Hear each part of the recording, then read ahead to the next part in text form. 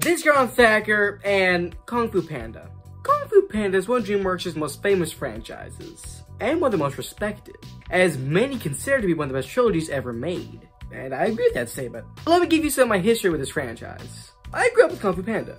I've seen it dozens of times. I think it's really good, and it's more emotional than I remembered. I remember that I did see Kung Fu Panda 2 once, but when I was really little. And I honestly like it better than the first movie. And I think it's honestly kinda great. One of the best, most emotional sequels I've ever seen. And I had never seen Kung Fu Panda 3. And I think it's really good. But out of the trilogy, it's probably the weakest. But was still a decent end to a pretty darn good trilogy. So before I saw Kung Fu Panda 4, I was honestly getting pretty excited. And I wasn't fully on board with the plot. About Po having to find the next Dragon Warrior, and having a villain that would shapeshift into the villains from the previous 3 movies. But now having seen Kung Fu Panda 4, it's good. It's a generally good, entertaining animated film. But it is the weakest out of the 4 films. Kung Fu Panda 4 is a lot like Toy Story 4. Toy Story 4 is great, but just not as great as the other 3 Toy Stories. And the same applies to Kung Fu Panda 4.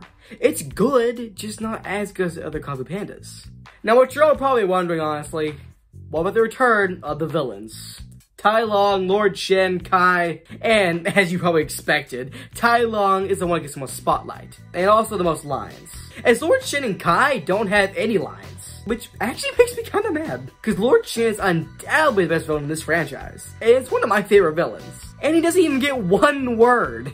I mean, I get it, Tai Lung's more iconic and nostalgic, but I also don't think Tai Lung is written the best. His dialogue does feel a bit off, he feels a bit out of character. But to be fair, this is the first time in 16 years this character's been written. The best way I can describe the villain situation in this movie is Spider-Man No Way Home. In that film, there's a lot of focus on the Green Goblin, but not so much villains like Sandman or the Lizard. Tai Lung is this movie's Green Goblin, and Lord Shen and Kai are Green Goblin and the Lizard. And speaking of the Chameleon, and while I do like her, I actually prefer her to the last movie's villain, but she's still just good. She's no Lord Shen, or even Tai Lung for that matter. And her powers being a shape-shifting chameleon does lead to some fun scenes. And she also looks like a female Rango. One thing I actually do have to say, the action in this movie is honestly pretty good. And during this adventure, there's also a side story with Poe's dads, which I actually really liked. It was honestly really funny, probably the film's funniest moments. And well, yes, this film is funny. It's just not as funny as the previous 3.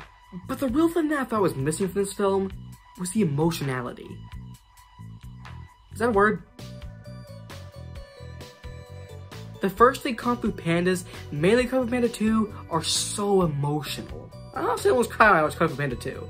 And this film just doesn't have that emotional kick to it. And to be honest, most new characters are pretty forgettable. This one's second main character behind Po, Zen, she's good, but I didn't love her. I don't buy what this movie was building her up as throughout the film. Honestly, this film kinda doesn't feel like a Kung Fu Panda movie. Like, it's not the same energy and vibe and stuff, but the Furious 5 are in this film. Except for one scene, but they don't have any dialogue, so does that even really count? And I honestly really miss them. I like their dynamics with Po and what they give to the story. Especially Tigress. I really wanted the friendship between her and Po to develop more in this movie. And they just made these movies feel really just more well-rounded. So without them, it kind of just feels like a Po spin-off movie. But just saying, I don't think there should be a 5th one. But as I did say, it is good. It's just not on the level of the other 3. So overall, if you like the Kung Fu Panda trilogy, you'll probably find something you like out of this one. It's not great, it's not even really good. It's just good. I think you'll probably find something you'll enjoy. But let me know in the comments below, what did you guys think about Kung Fu Panda 4? And if you haven't seen it yet, comment this video once you have seen it, and then let me know.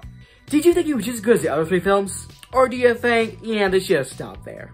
Bye guys for now, bye guys here on Thacker.